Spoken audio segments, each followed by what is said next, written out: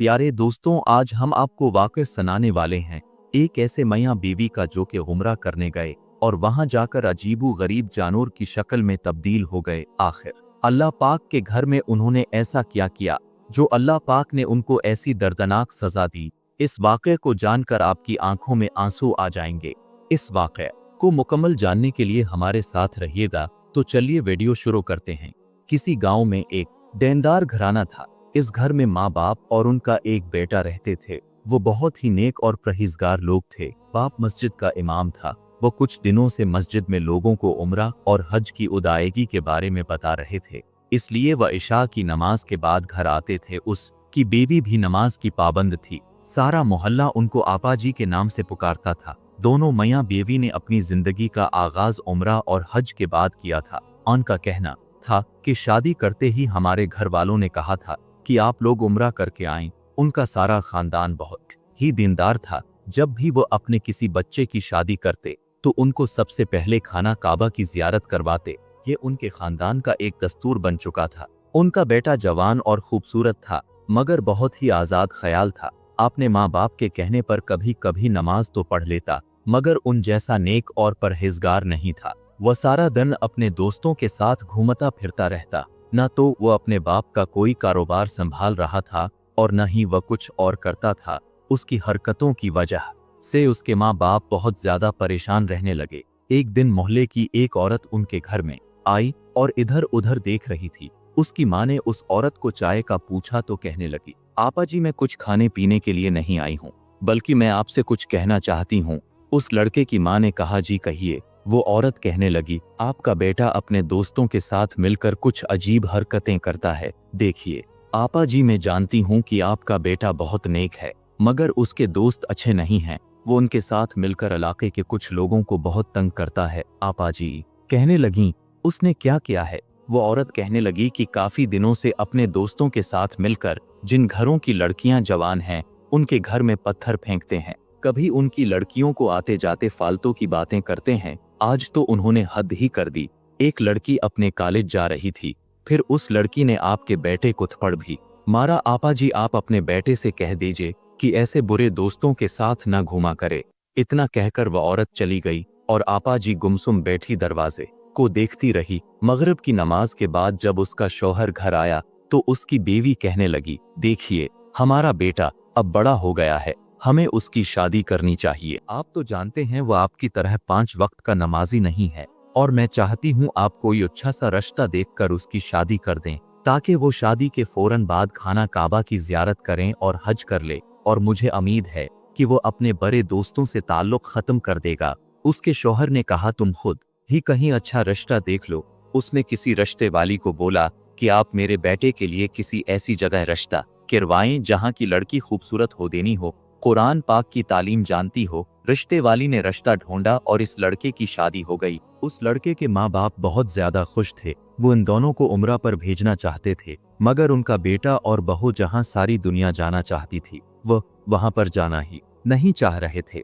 उनकी बहू का ख्याल था कि अगर आप हमें कहीं भेजना चाहते हैं तो किसी ऐसी जगह भेजें जहां हम जाना चाहते हैं। हमें लंदन भेजें, दुबई भेजें, अभी तो सारी उम्र पड़ी है। खाना काबा को हम बाद में भी देख सकते हैं। उस लड़के की मां बोली, जब हमारी भी शादी हुई थी तो हमें भी सबसे पहले हज करने की सआदत हासिल हुई थी। अब आप लोग अपनी पैकिंग कर लीजिए। वो दोनों मियाँ बीवी अपना सामान लिए एयरपोर्ट पर पहुंच गए।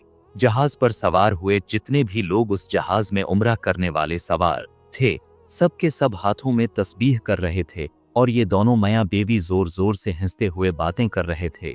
सब लोग उनको अजीब नजरों से देख रहे थे, मगर ये दोनों अपने आप में मगन थे। उनको किसी की कोई परवाह नहीं थी। जहाज जदा के एयरपोर्ट पर लैंड हो गया और वह होटल में पहुंच गए। दोनों मियाँ बीवी अपने कमरे में भी मस्ती मजाक किया करते थे और जोर जोर से हंसते थे। इसी वजह से सारे होटल के लोग उन दोनों मियाँ बीवी से बहुत ज्यादा तंग थे। लोग कहते उसका पर्दा न होने के बराबर था।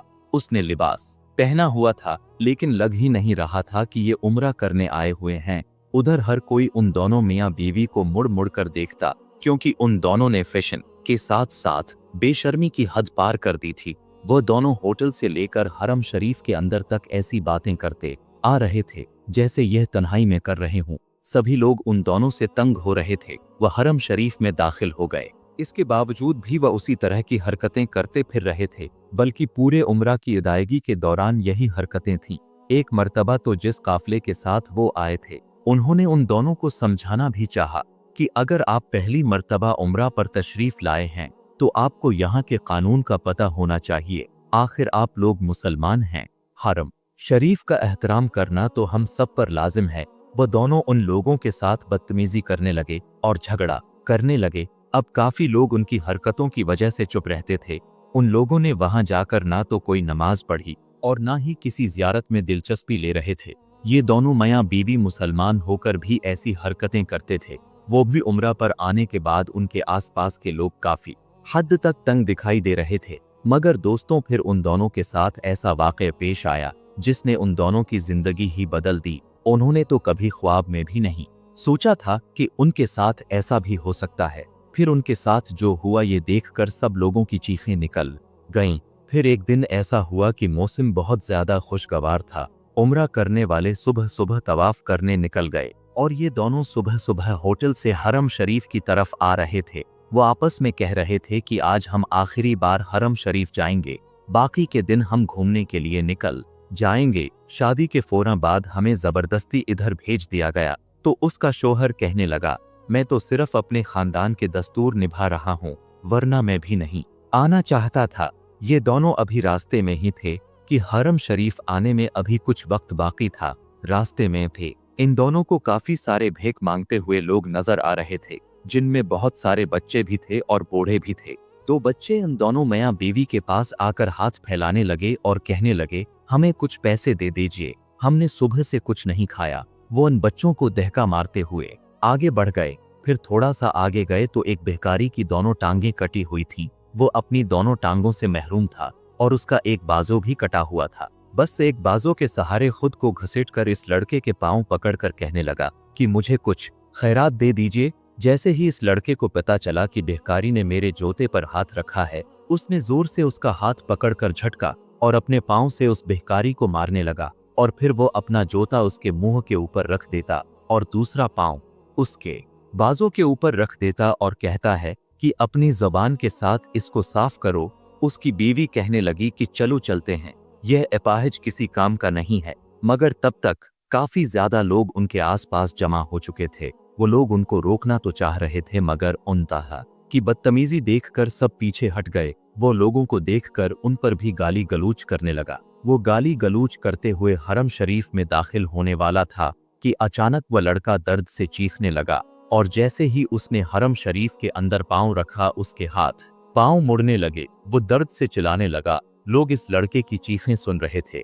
उसे थामकर उससे सवाल करने लगे कि तुम्हें क्या हुआ, लेकिन वह दर्द से चिल्लाने लगा। वो वहीं फर्श पर गिर गया और उसकी शक्ल देखते ही देखते बदल गई। वह अजीब सा जानवर बन चुका था। उसके पैर भी मुड़ चुके थे, वह उठकर चल भी नहीं पा रहा था। उसकी ये हालत देखकर उसकी बेबी उसके पास गिर गई। वह मुंह से बोलना चाहती थी कि उसकी जबान बंद हो गई। वो रोती हुई शौहर के पास जाना चाहती थी, लेकिन अगले ही पल उसके हाथ मुड़ गए। वह यूं चल रही थी जैसे चार पैरों वाला कोई जानवर चलता है।